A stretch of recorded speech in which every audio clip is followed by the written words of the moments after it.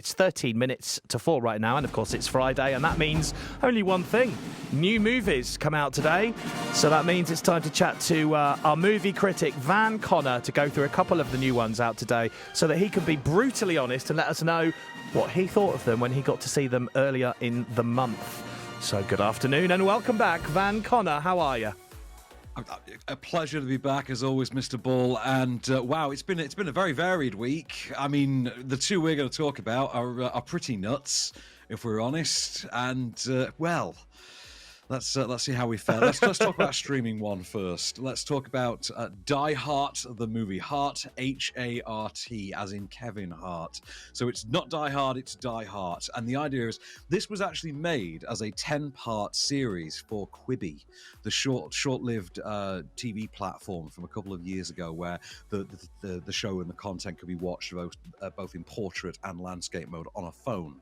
So this was not intended originally as like a theatrical vehicle. They have now edited it all together, though, because this is one of the only things from that platform that caught on, and they've sold it to Roku and thus Amazon as a streaming release so that they can make a second series. So here we have a 10-part web series, effectively edited together as a movie, and it takes the form of a mockumentary type format, a sort of satirical Hollywood story in which Kevin Hart plays himself, sending up his own image, getting tired of being seen as the action movie sidekick to Dwayne Johnson all the time, which is something that comes up, and wanting to be seen as an action star in his own right. And in order to earn the role of a lifetime with a manic action movie auteur-director played by Jean Reno, Claude Van Damme, I think his name is, or Claude Van der Gaard, or something like that. In order to do this, the criteria is that he must go to the action movie school, the academy taught by the maniac instructor played by John Travolta, who instructed all the action movie greats. But Kevin Hart quickly comes to suspect that the man is actually insane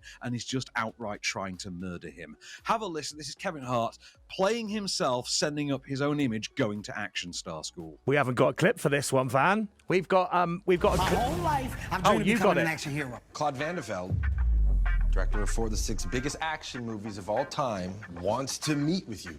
I'm there. My next project required a serious, gritty actor. You, Kevin. I want you in the leading role. Holy shit. Welcome to Ron Wilcox Action Star School. I'm Ron Wilcox. The hell happened? And that was your first lesson. Rule number 1, you are forbidden from visiting the outside world. You'll stay here. Okay, I get it. So, Kevin Hart, I must just explain then, you played that clip for us. Normally I'd play them for you. I didn't know I could do it. This is all new to me as well. It was a complete impulse. So, Kevin Hart, he is always the sidekick guy, isn't he? In pretty much all the movies he's ever been in.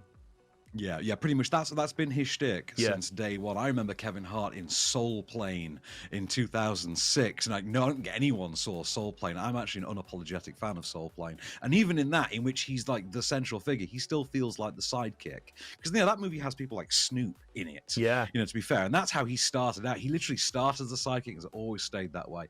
And to be honest with you, Kevin Hart has not got the charisma to be a leading man, and that's very evident, even if you can somehow wade through this very disjointed mess of a project. It's vaguely passable for what it is, but what it feels like is a web series attempt to knock off something like This Is the End and do it for action movies. It doesn't quite work. The only thing about it that you'd really take away is that John Travolta's having fun, and John Travolta having fun is always kind of infectious. You go along for the ride with John Travolta. Totally agree. So, I mean, if you're a fan of Kevin Hart, you'll enjoy this, but otherwise, it's all right, right? I think so. It's about as good as Ride Along 2. I'll say that. It's exactly as good as Ride Along 2. So if you're a fan of that kind of disposable, throwaway Kevin Hart actioner, you'll probably get on quite all right with this. Okay, well, if you want to go and see it, it is out in cinemas from today. Okay, so this is... I think you need to explain, because this next one is based very loosely on a true story, right? It's called Cocaine Bear. Yeah, the Cocaine Bear, which is inspired by true events, I believe is the actual term that's used. Right, in reality, there was a bear, a 175-pound American black bear, that ate a brick of cocaine that it found in the forest that had been dumped out of a smuggler's airplane before it crashed in the mid-80s. Okay, that is real. The bear, died relatively soon afterwards. It didn't do anything. It was then stuffed and put in the Ranger Center and then lost and turned up in a shopping mall. That's the real story.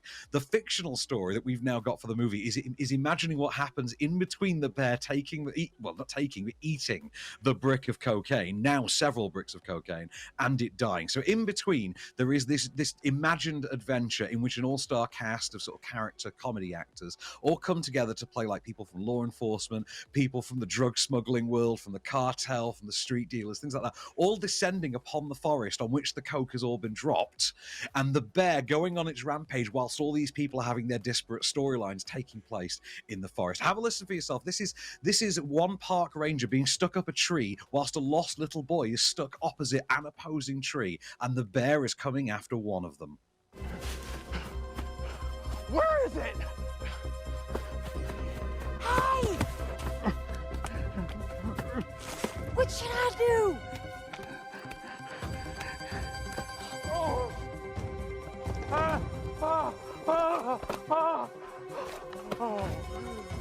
There's something wrong with it. Yeah, I told you there was. Why is it acting like this? Did you feed it cocaine? No, but you're safe. Bears can't climb trees. Of course they can. Then why are you up here?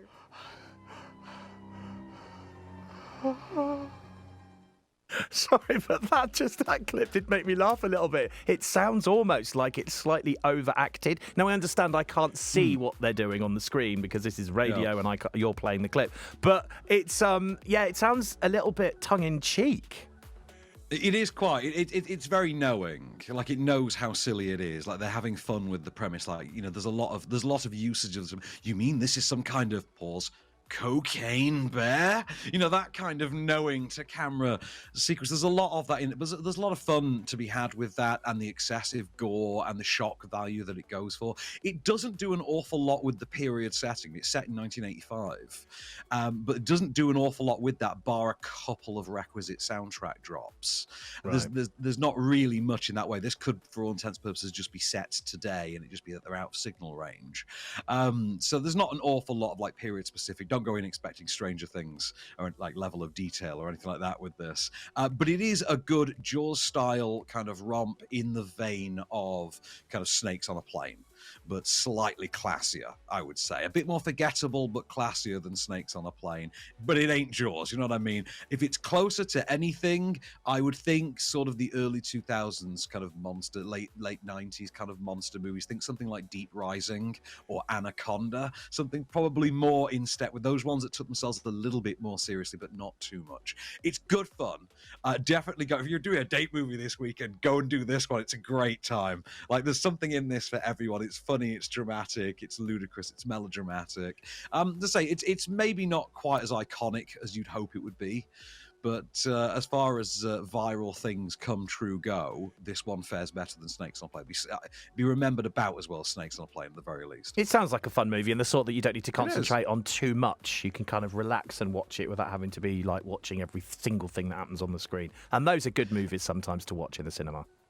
It is, and it's the final performance of the late great Ray Liotta. So we get to bid a fond farewell to Henry Hill in a movie called Cocaine Bear, which pleases me so greatly. He literally came from Goodfellas and ended in Cocaine Bear. Like, that's an era to run. I think that's an era of stardom right there. Well, it is out in cinemas, Cocaine Bear, this weekend if you want to go and see it for yourself. Thank you very much for popping on, Van, and we've got another couple of movies to look at next week. Do you know what they are yet? Well, next week, we're going to be talking about the return of none other than Adonis Creed. It is Creed 3 next week. I am very excited. I'm looking forward to Creed 3 greatly. Yeah, me too, actually. I've seen a part of a trailer, and it does look pretty good. So brutal. We will chat about the brutality of Creed 3 next week. Until then, have a lovely weekend, Van. Till the next time, good stuff. Thank you very much. Just gone 5 to 4. Latest on the roads coming up with Mandy and the news with John.